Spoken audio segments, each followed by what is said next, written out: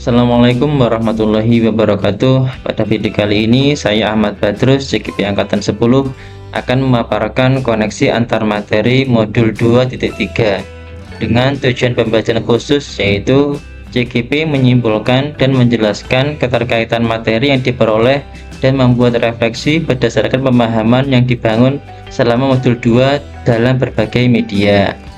Untuk membuat koneksi tersebut, saya akan mengikuti rubrik yang mengukur 3 aspek.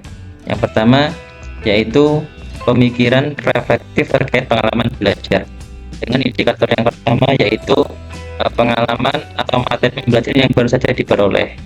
Pada modul ini 2.3 coaching untuk supervisi akademik, saya belajar tentang penerapan teknik coaching dalam supervisi untuk memberdayakan guru dan mendorong mereka mencapai potensi maksimalnya.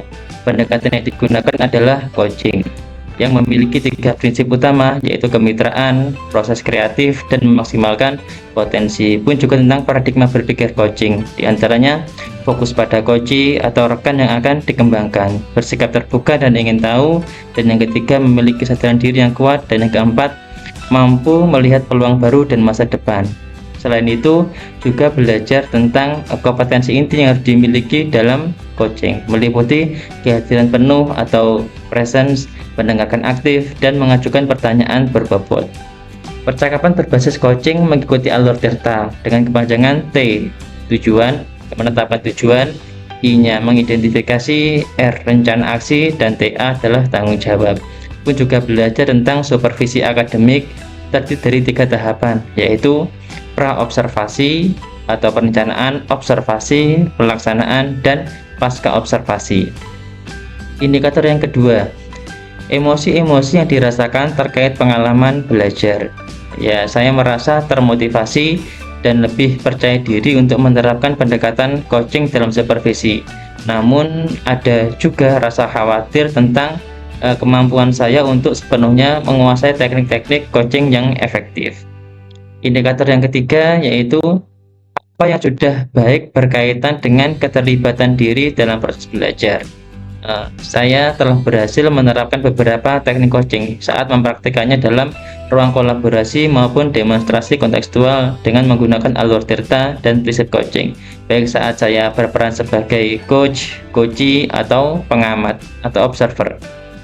Berikutnya yang indikator keempat yaitu apa yang perlu diperbaiki terkait keterlibatan diri dalam proses belajar.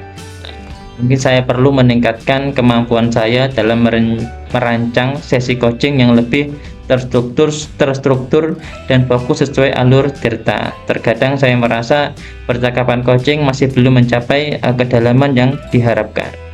Indikator yang kelima yaitu keterkaitan terhadap kompetensi dan kematangan diri pribadi. Materi ini sangat relevan dengan kompetensi saya sebagai pendidik dan pemimpin pelajaran. Ini membantu saya menjadi lebih efektif dalam memberikan supervisi yang memberdayakan dan mendukung perkembangan profesional rekan-rekan guru. Berikutnya aspek yang kedua yaitu analisis untuk implementasi dalam konteks CGP, dengan indikator yang pertama memunculkan pertanyaan kritis yang berhubungan dengan konsep materi dan menggalinya lebih jauh. Pertanyaan yang coba saya munculkan adalah bagaimana cara terbaik untuk mengintegrasikan teknik coaching ke dalam rutinitas supervisi akademik yang sudah ada. Dan coba saya jawab, cara terbaik untuk mengintegrasikan teknik coaching ke dalam rutinitas supervisi akademik yang sudah ada adalah dengan menggunakan alur Tirta dalam setiap sesi, mulai dengan percakapan praobservasi untuk menetapkan tujuan, lakukan observasi dengan pendekatan non-judgmental, dan akhiri dengan percakapan pasca observasi untuk refleksi serta perencanaan tindakan perbaikan. Konsistensi dan keterlibatan guru di setiap tahap akan meningkatkan efektivitas supervisi. Indikator yang kedua yaitu mengolah materi yang dipelajari dengan pemikiran pribadi sehingga tergali wawasan atau insight baru. Saya mencoba mengolah materi yang dipelajari dengan menyesuaikannya dengan konteks sekolah saya. Misalnya menggunakan sesi coaching singkat yang fokus pada tujuan spesifik yang ingin dicapai oleh guru. Indikator yang ketiga, menganalisis tantangan yang sesuai dengan konteks asal CGP, baik tingkat sekolah maupun daerah. Yaitu tantangan terbesar adalah waktu yang terbatas dan beban kerja yang tinggi, yang bisa menghambat pelaksanaan coaching secara rutin. Selain itu, ada juga tantangan dalam memastikan semua guru itu terbuka dan siap menerima pendekatan coaching. Indikator yang keempat yaitu memunculkan alternatif solusi terhadap tantangan yang diidentifikasi, yaitu sebagai solusi saya bisa mulai dengan sesi coaching yang lebih singkat dan terfokus. Saya juga dapat mengintegrasikan coaching ke dalam pertemuan atau kegiatan lain yang sudah ada untuk menghemat waktu dan sumber daya. Berikutnya, rubrik aspek yang ketiga, membuat keterhubungan. Dengan indikator yang pertama, pengalaman masa lalu. Pengalaman ini saya pernah disupervisi oleh kepala sekolah dan pengawas sekolah, tetapi kegiatan tersebut hanya sekadar memenuhi kewajiban tanpa memahami makna supervisi yang sebenarnya. Supervisi akademik dilakukan hanya saat kepala sekolah atau pengawas mengobservasi kelas, tanpa kegiatan pra-observasi dan pasca observasi, sehingga hasilnya hanya sebatas penilaian guru saja. Indikator yang kedua yaitu penerapan di masa mendatang.